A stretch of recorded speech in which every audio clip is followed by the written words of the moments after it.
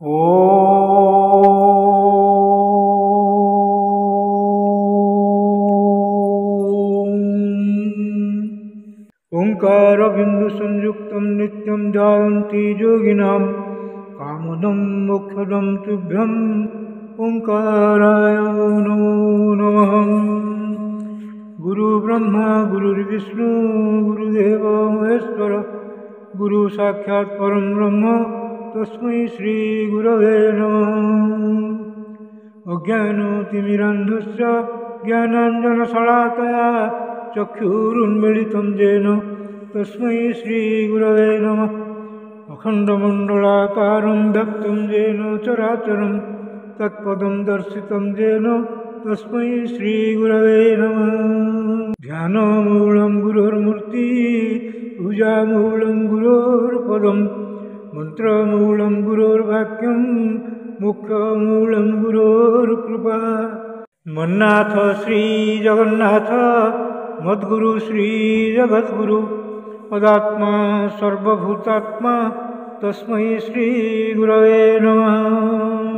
जंदारु ब्रह्ममूर्ति प्रणवतनुधरं सर्ववेदान्तसारं भक्तानां कल्पवृक्ष भवजलतरणी सर्वतत्त्वानुतत्त्वं योगिनां हंसतत्त्वं हरिहरनमितं श्रीपति वैष्णवानां शैवानां भैरवश्च पशुपति परमशक्तितत्त्वं च शाक्तं बौद्धानां बुद्धसाक्षात् ऋषभजतिवर जैनसिद्धान्तसारं तं देव पातु नित्यं कलिकलुषहरं नीलशैलाजिनाथम्। अथ श्रीमद्भागवत महापुराण चतुर्थ स्कंध चतुर्थोऽध्याय सतींक अग्निप्रवेश।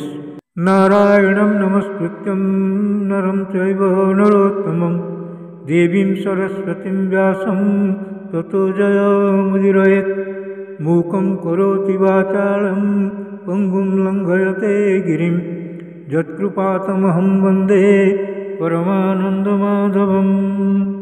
निगमकल्पतरोर्गलितं फलं सुखमुखात् अमृतं द्रवसंयुतं पिबतं भागवतं रसमालयम् मुहुरहो रसिका भुवि भावुकाः। मैत्रेय उवाच एतावत् वीररामशङ्करः पत्यङ्गनाशं ह्युभयत्र चिन्तयन् सुहृद्दिदृक्षुपरिशङ्कितावान् निष्क्रामति निर्विशति द्विधा सहसा। सुहृदिदृक्षा प्रतिघातदुर्मना स्नेहादृदत्य शुकोलातिविवला भवं भवान्य प्रतिपुरुषं वृषा तच्छक्षति वैक्षत जातवेपथु। ततो विनिश्वस्य सति विहायतं शोकेन रोषेण च दूयता हृदा पित्रोरगातस्त्रेण विमूढधीर्गृहान् प्रेम्णात्मनो यो धर्मदात्सतां प्रियः। तामन्वगच्छन् द्रुतविक्रमां सतीम् एकां त्रिनेत्रानुतरा सहस्रशः सपार्षदजख्या मणिमन्मदादय पुरो वृषेन्द्रास्तरसा गतव्यथा। तां सारिकाकन्दुकदर्पणाम्बुज श्वेतातपत्रव्यजनस्रगादिभिः गीतायनैर्दुन्दुभिः शङ्खवेणुभिर्वृषेन्द्रमारोप्य विटङ्किता जजुः। आब्रह्मघोषर्जितयज्ञवैशसं विप्रर्षिजुष्टं विबुधैश्च सर्वशः मृद्दार्भयकाञ्चनदर्भचर्मभिर्निःसृष्टभाण्डं जजनं समाविशत्। तामागतां तत्र न कश्चन्नाद्रियत् विमानितां यज्ञकृतो भयार्जुनः। ऋते श्वश्रुवैर्जननी च सादरा प्रेमाश्रुकण्ठ परिसस्वजुर्मुदा। सौन्दर्य संप्रश्न समर्थवार्ताया मात्रा च मातृस्व श्रुहिष्ट सादरं दत्तं सपर्जं वरमासनं च सा नादत्तपित्रा प्रतिनन्दिता सती औरुद्रभागं तमवेक्ष्य चाध्वरं पित्रा च देवे कृतहेळनं विभौ अनादृता यज्ञ सदस्यधीश्वरी युकोपलोका निवदक्षतीरुषा जगरः सामर्थ्यविपन्नया गिरा शिवद्विषं धूमपथश्रमस्वयं स्वतेजसा भूतगुणान् समुत्थितान् निगृह्य देवी जगतोऽभिसृण्वतः श्रीदेव्योवाच न जस्य लोके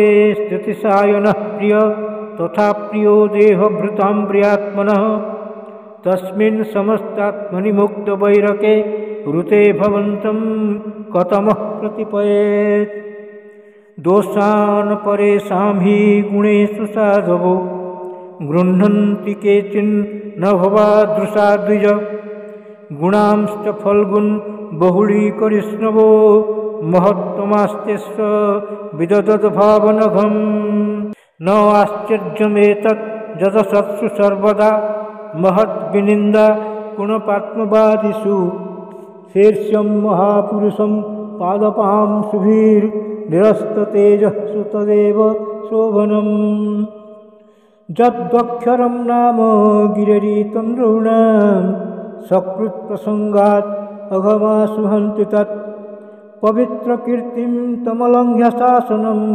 भवानुहो दृष्टि शिवं शिवेतरः यत्पादपद्मं महतां मनोलिभिर्निषेवितं ब्रह्मसा सवार्थिभिः लोकस्य यद्वर्षते चाशिषोऽर्थिन तस्मै भवान् द्रुह्यति विश्वबन्धवे किं वा शिवाख्यम् अशिवं न विदुस्त्वदन्ये ब्रह्मद्वयस्तम् अवकीर्य जटाः श्मशाने तन्मालभ्य भस्मन् नृकल्प्या वसत्पिशाचैर्जैमूर्धरति तच्चरणावसृष्टम् कर्णौ पिधाय निरया ददकल्पयिषे धर्मा वितर्ज्य शृणिभिर्नृभिरस्यमाने छिन्द्यात् प्रसह्य रुसतीमसतिं प्रभुश्चे जिह्वामसूनपि ततो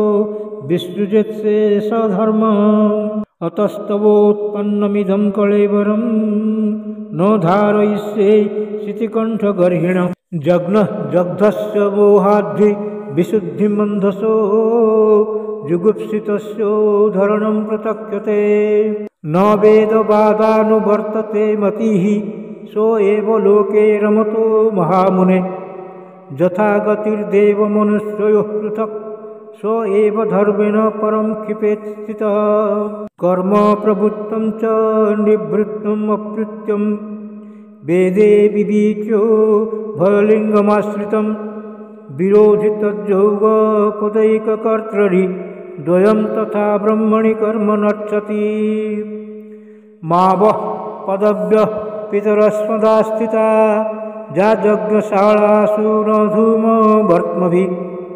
तदनुतृप्तैरशुभ्रोद्भिलिता अव्यक्तलिङ्गा अवधूतसेविताः नैतेन देहेन हरे कृतागसो देहोद्भवेनाळमलं कुजन्मना व्रीडाममाभुत् कुजनप्रसङ्गत तज्जन्मधिग्जो महतामवज्जकृत् गोत्रं त्वदीयं भगवान् वृषध्वजो दाक्षायणीत्याह जदा सुदुर्मना व्यपेत नर्म स्मितमासु तद्भ्यं विस्रक्ष्य एतत् कुणपं त्वदङ्गजम् मैत्रेयोवाच इत्तद्धोरे दक्षं मनुज्य शत्रुहन् खीताबुदीचिं निससादसन्तवाक् सृष्ट्वा जलं पीतदुकुलस्य ब्रूतां निर्मिल्य दृग्योगपथं समाभिश कृत्वा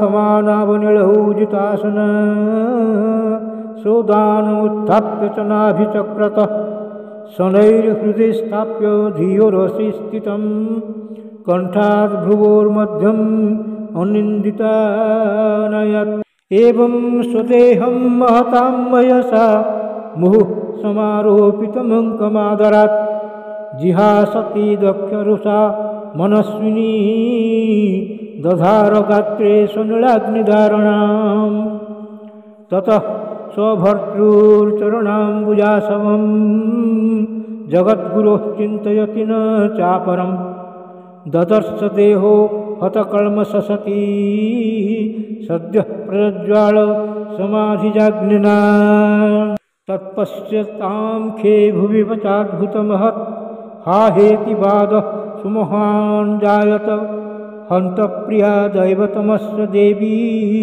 जहावशुनकेन सती प्रकोपिता ओहो अनात्म्यं महदस्य पश्यत प्रजापतेर्यस्य चराचरं प्रजा जहावशुन् जत् विमतात्मजा सती मनस्विनीमानम् अभीक्षमर्हति सोऽयं दुर्मर्षहृदयो ब्रह्मधृक् च लोके अपकीर्तिं महतीं वाप्स्यति जत् अङ्गजां स्वां पुरुषद्वितीयुज्युज्यतां न प्रत्यसेधन् मृतये अपराधत वदत्येवं जने सत्या दृष्ट्वा श्रुत्यागमद्भुतं दक्षं तत्पार्षदा हन्तुम् उदतिष्ठन् मुदायुधा तेषामपततां वेगं निशाम्य भगवान् भृगु जज्ञघ्नेन जजुषा दक्षिणाग्नौ जुहाव अध्यर्जुना हूयमाने देवा उत्पेतुरोजसा ऋभवो नाम तपसा सोमं प्राप्तः सहस्रशः तैरलातायुधैः सर्वे प्रमथा सह गुह्यका हन्यमाना दिशो भेजुर्सद्भिर्ब्रह्मतेजसा इति श्रीमद्भागवते महापुराणे पारमहंस्यां संहितायां चतुर्थस्कन्धे सती देहोत्सर्गो नाम चतुर्थोऽध्यायः। किमस्यापि रणे भङ्गो मुने अपि मतिभ्रमं यदि शुद्धम् अशुद्धं वा मम दोषो न विद्यते। श्रीकृष्णार्पणमस्तु श्रीकृष्णार्पणमस्तु श्रीकृष्णार्पणमस्तु।